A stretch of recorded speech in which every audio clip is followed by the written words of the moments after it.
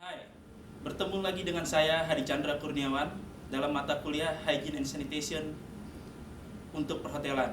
Namun kali ini kita akan mempelajari tentang food storage. Banyak food handler atau koki yang dalam penyimpanannya belum melakukan standar yang ada pada Hygiene and Sanitation.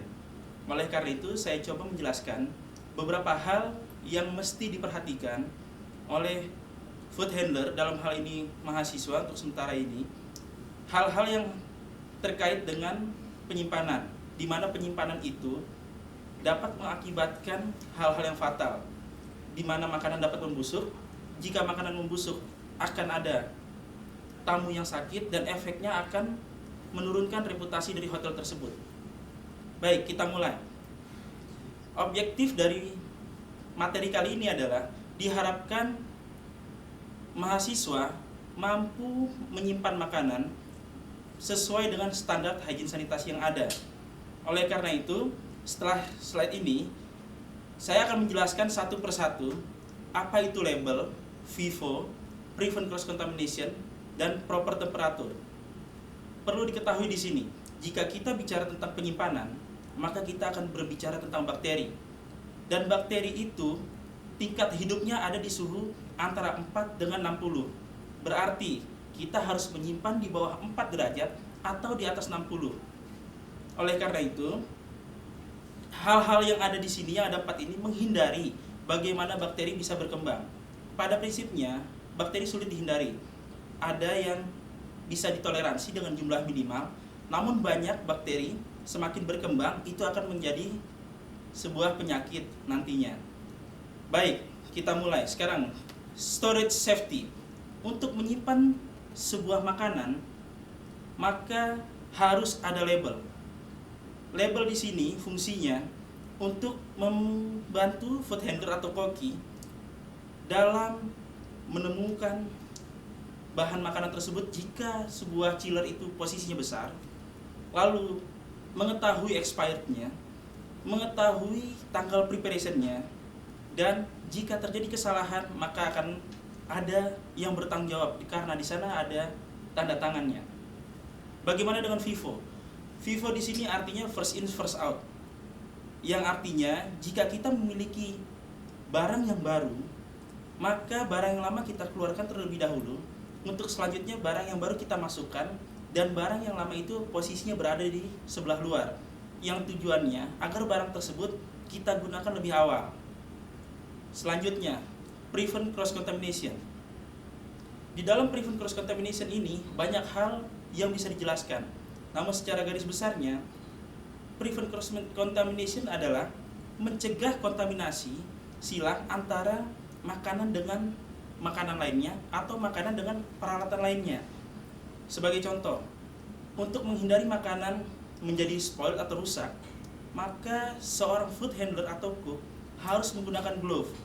Yang direkomended adalah glove yang menggunakan bahan dasar karet agar mudah digunakan. Jika menggunakan plastik biasanya agak sedikit licin dan mudah robek.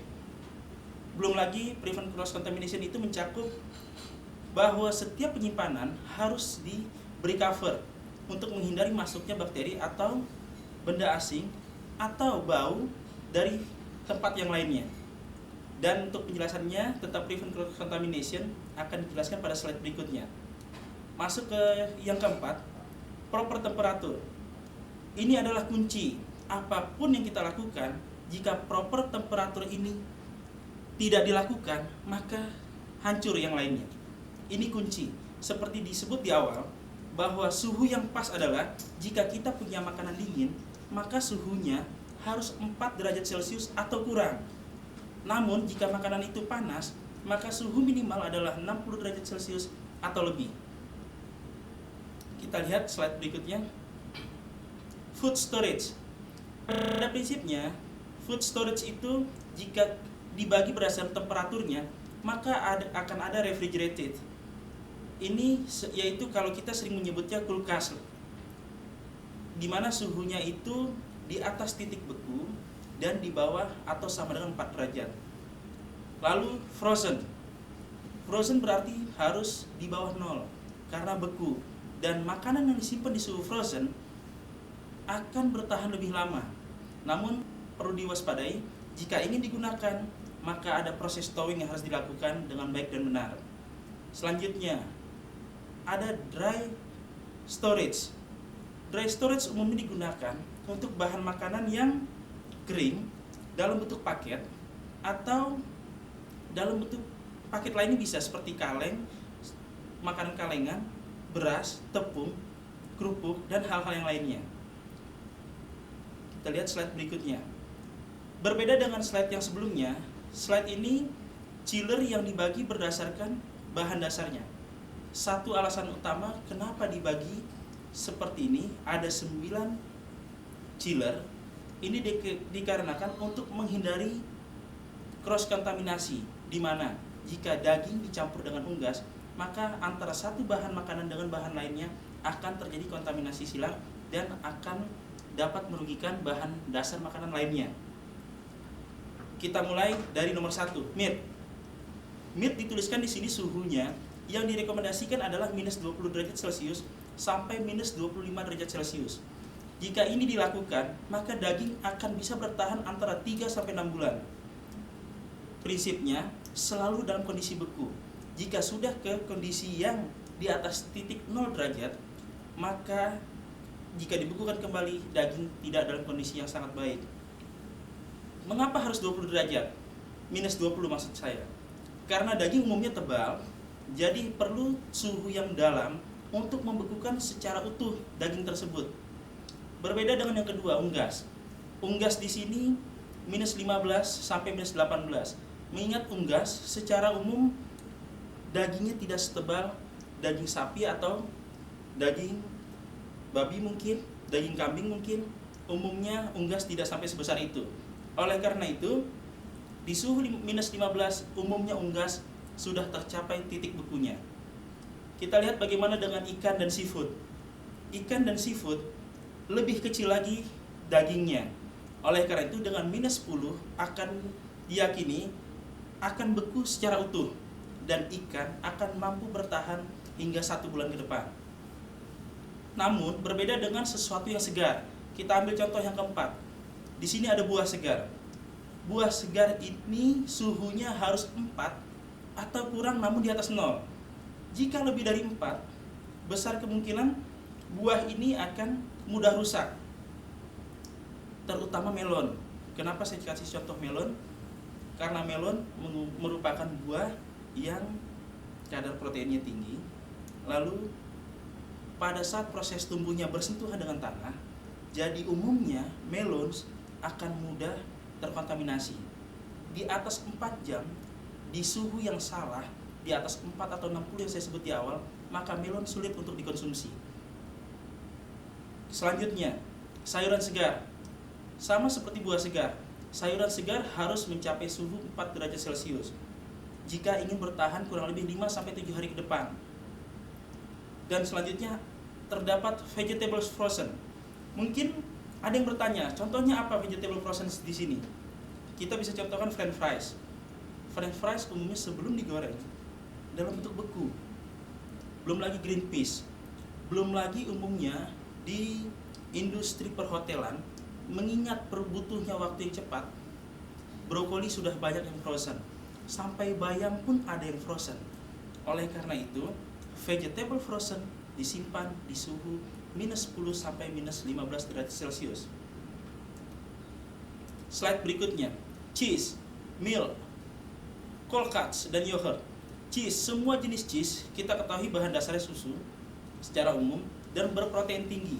Begitu juga dengan susu. Oleh karena itu ini dicampur di dalam sebuah chiller, diperbolehkan, namun sebaiknya pada tempat yang terpisah. Apa itu cold cuts? Cold cuts adalah daging yang dimasak dengan cara diasap, sudah matang namun presentasinya dingin. Jadi umumnya bahan ini rasanya asin dan terbuat dari daging babi umumnya. Yogurt begitu juga, karena bahan dasarnya sama, bisa disatukan dalam satu chiller. Dan suhunya itu harus 4 sampai dengan 7, tidak boleh lebih. Jadi pada prinsipnya sesuatu yang segar, suhunya 4 atau kurang, toleransi bisa dilakukan jika 7. Lebih dari itu akan mudah bakteri berkembang biak. Selanjutnya ice cream. Ice cream, chiller yang digunakan adalah chiller yang mampu mencapai titik minus 25 derajat Celcius. Lebih dalam dari daging. Mengapa lebih dalam dari daging? Karena ice cream bahan dasarnya krim, di mana udara sulit, kadarnya tidak banyak di dalamnya. Jadi akan sulit dibekukan jika suhu kurang dari minus 17. Direkomendasikan minus 25 agar ice cream dalam kondisi maksimal kualitasnya. Dry store, seperti dijelas di awal, umumnya dry store dengan suhu room temperature. Selanjutnya, di awal saya menjelaskan food label. Di sini saya berikan contoh, terdapat contoh label makanan. Label ini diberikan pada tempat menyimpan makanan agar mudah ditemukan. Jika kondisinya ada 2 preparation, maka kita tahu preparation mana yang lebih awal dibuat, berarti lebih awal digunakan, yang tadi disebut FIFO. Lalu expired date, fungsinya jika kita melihat tanggal tersebut sudah mendekati tanggal saat ini, maka sudah sebaiknya seorang cook atau food handler mengecek kualitas makanan tersebut, apakah masih layak atau tidak untuk dikonsumsi. Selanjutnya ada sign. Sign di sini diperlukan jika terjadi kesalahan, kita tahu siapa yang salah. Tidak semua karyawan yang bekerja kena sanksi dari atasannya. Cukup yang bertanda tangan, dia yang bertanggung jawab. Itulah fungsi dari label makanan. Di sini ada panduan penyimpanan. Yang namanya menyimpan makanan harus yang awal itu first in first out, yang pertama masuk, yang pertama keluar. Jadi yang pertama ada harus duluan digunakan. Lalu cek makanan, cek food and storage temperature, cek kualitas makanan dan juga suhunya. Selanjutnya, setiap penyimpanan harus diberi cover. Jika tidak ada cover, minimal plastik wrap bisa kita lakukan. Dan jangan lupa setelahnya, di antara cover dengan stainless biasa inset untuk digunakan, kita bisa taruh label di dalamnya, di luarnya maksud saya. Selanjutnya, di sini ada yang intinya setiap bahan yang berbeda, maka kita penyimpanan harus berbeda. Setiap yang memiliki bau yang lebih kuat harus dihindari bercampur dengan baunya yang tidak kuat, untuk menghindari perpindahan aroma yang ada dari makanan tersebut. Dan yang selanjutnya, makanan disimpan minimal suhu jaraknya 15 cm dari lantai. Mengapa harus seperti itu? Umumnya setiap gerak langkah, derap langkah, debu akan berterbangan, dan biasanya jika di bawah 15 akan mudah mengkontaminasi bahan dasar makanan lainnya. Selanjutnya, keep area clean and dry. Pastikan areanya selalu kondisi bersih dan kering. Ingat, standar hidup bakteri, selain dia hidup di atas 4 jam akan jadi bahaya, bakteri itu jika lembab atau basah akan mudah berkembang. Oleh karena itu, pastikan tempat penyimpanan Anda kering. Selanjutnya, don't overload. Setiap melakukan penyimpanan, jangan pernah dipaksakan untuk melampaui batas maksimalnya. Ini tidak baik karena suhu yang kita punya belum tentu mencapai ke titik terjauh dari makanan tersebut jika overload. Store food in designated area. Setiap makanan mohon disimpan pada tempat yang sudah ditentukan, yang sudah didesain. Jangan gunakan tempat yang bukan untuk menyimpan makanan, tapi kita lakukan untuk penyimpanan makanan. Monitor food expired date. Monitor selalu kita lakukan untuk memastikan apakah makanan masih layak atau tidak untuk dikonsumsi. Namun, ini untuk tanggal. Bagaimana dengan monitor temperatur? Memonitor sebuah chiller yang terbaik adalah pagi hari. Karena pada pagi hari, umumnya pintu chiller jarang dibuka. Dan jika pagi hari tidak mencapai suhu 4, segeralah telepon engineering. Berarti ada kerusakan di chiller Anda. Selanjutnya, use stainless steel for all potentially hazardous food. Standar penyimpanan baiknya berbahan dasar stainless. Mengingat stainless adalah penghantar panas dan penghantar dingin yang baik. Boleh saja menggunakan kaca atau plastik, namun ingat temperatur tidak akan bertahan lama. Selanjutnya, prevent cross contamination sudah sering dijelaskan di awal. Bagaimana untuk menghindari kontaminasi silang, seperti penyimpanan terpisah, gunakan glove. Jika tidak ada glove, Anda bisa gunakan penjepit atau alat lainnya. Selanjutnya, storing refrigerated food safely. Untuk menyimpan makanan dingin, pastikan suhu 39 derajat Fahrenheit ini umum digunakan di Eropa, namun Asia biasa menggunakan Celcius, yaitu 4 derajat atau lebih rendah or lower. Store raw food below ready to eat or cooked food. Makanan mentah harus posisinya di bawah makanan yang siap saji atau matang untuk menghindari kontaminasi dari tetesan cairan yang jatuh. Oleh karena itu, makanan matang selalu posisinya lebih atas dari makanan mentah. Selanjutnya, cool hot food before refrigerating. Usahakan setiap makanan panas jangan langsung dimasukkan ke dalam refrigerator. Usahakan balik dulu ke suhu normalnya, setidaknya suhu hangat baru Anda bisa simpan. Sekali lagi diulang, label dan date prepare food harus ada, dan yang non food jaraknya minimal 76 inci, maksud saya 76 cm atau 30 inci dari makanan. Bagaimana dengan frozen? Suhu frozen harus di bawah 0, itu harus di-maintain. Dan jika ada barang dari luar yang datang, segeralah taruh ke dalam chiller frozen. Mengingat suhu di luar umumnya tidak lebih dari 0 derajat Celcius. Walaupun itu ada di Eropa atau di Amerika, hanya dalam beberapa bulan tertentu.